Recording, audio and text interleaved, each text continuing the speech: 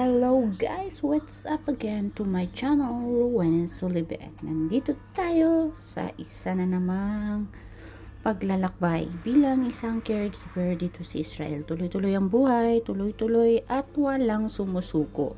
Sumusuko sa laban ng buhay mga guys. Tama po ba? Ayan. Ngayon, today, yung activities namin ng lola ko ay naglalaro siya ng ilaw-ilaw. Ano niya yung mentality, yung mata, yung mga buto, yung tuhod, lahat magandang exercise nito mga guys. Kanya no. Maganda yung ginagawa nila, yung speed niya. Kaya nalilibang yung mga matatanda dito sa Israel. Tuloy-tuloy pa rin ang buhay, tuloy-tuloy pa rin yung mga activities nila kahit na maraming tinatahak na mga problema.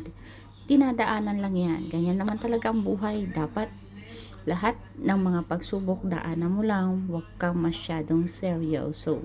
Ito rin, kagaya ng mga ibang lola doon, busy sila sa kanilang dancing to the swimming pool, diba? Ito rin si lola. Ganyan, nakakatuwa lang yung buhay nila dito mga guys. Nasanay na sila sa mga magulo, maraming problema, pero nakaka-move on, nakaka-handle pa rin sila na magpatuloy sa buhay. Ano, 'di ba? Ang ganda ng sinusundan ni Lola yung ilaw. Lahat ng gumagalaw yung isip niya, gumagalaw yung tuhod niya, gumagalaw yung mata niya. Ang gandang exercise nito mga guys. Kaya ako gusto kong bumili ng ganyan para din sa napakaganda kong mother, Lorna Sullivan. Kaya ito na naman doon sa kabila naman, the dancing ng mga lola bells under the swimming pool. Diba? Maganda yung mga buto nila na i-stretch nila. Yung kanilang mga mentality na re-refresh. Yung mga araw nila dumadaan na may kabuluhan. Hindi sila yung umuupo na lang, naghihintay ng anumang biyaya o kaya anumang yung mga dapat isiping problema. Sila nagpapatuloy dito. Ako na amaze sa mga ganitong nilalang na talaga naman tuloy ang buhay, kumbaga. Kahit na sa balita, pag uwi nila sa bahay, pag makikinig ng balita, ayan na naman si balita, ganyan. Pero pagkatapos niya na life must go on. Kaya maganda yung exercise nito. Another naman ni Lola, yung parang ini-level up ang tuhod niya. Itong si nakapula na maganda, ang kanyang coach, at ang inyong lingkod na si Rowan Sullivan, ang taga-cameraman. Kaya nakakatuwa, diba? Kaya yung humahaba yung buhay din ng mga Israeli mga guys. Inaabot sila ng 191, 92, 93, lahat ay inaabot kasi hindi sila umuupo lang sa isang tabi hanggat malakas sila.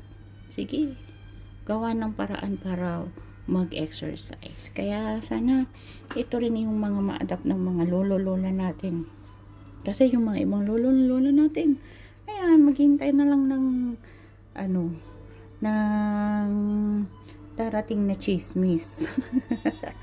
Yan naman ang masaya sa Pilipinas. Ang mga lola, kwentong malupit ang dala ng ating mga lolo at lola sa Pilipinas. Masayang magkwento sa mga apo, masayang maghintay ng mga magagandang balita. Sa kanila dito, yung mga balita nila hindi ganun kaganda, pero tuloy pa rin ang buhay. Kaya chillax lang mga guys. Hanggang sa muli nating pagkikita, ang inyong lingkod na si Rowena Sullivan. Sana ay inyo pa rin akong abangan, panoorin ang aking mga video na ina-upload para mas maging active at maging continuous yung samahan natin. Marami tayong matututunan kung ano-anong journey ng buhay ko dito sa Israel. Kasi hindi madali.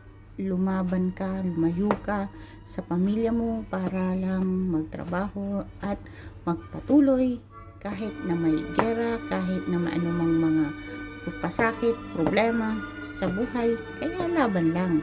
Hanggang sa muli nating pagkikita, don't forget to like and subscribe sa my channel mga guys para mas lalo kang aktibo sa lahat ng mga darating na mga vlogs ko. Kasi sa mga darating na mga panahon, mas pag-iigihan pa natin, pagagandahin natin ang ating mga ina-upload na videos. Hanggang sa muli nating pagkikita. Bye-bye!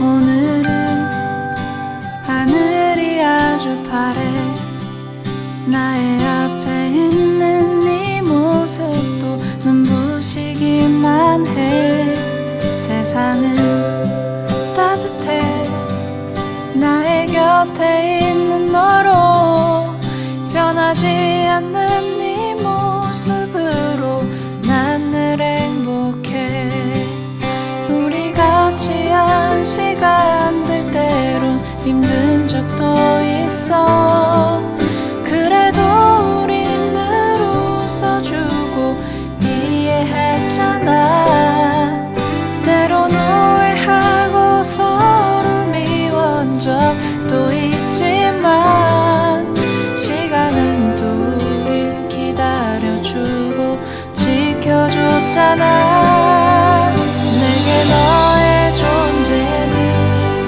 마치 공기와 같아 아침 창문 틈으로 날 비추는 햇살과 같아 시간이 흐를수록 넌 나에게 더 깊은 사람이 되어 언제나 나의 곁에 늘 있어줘 가끔은 힘들어 견디기 어려워도 내 곁을 지키는 네 존재로 난 늘 감사해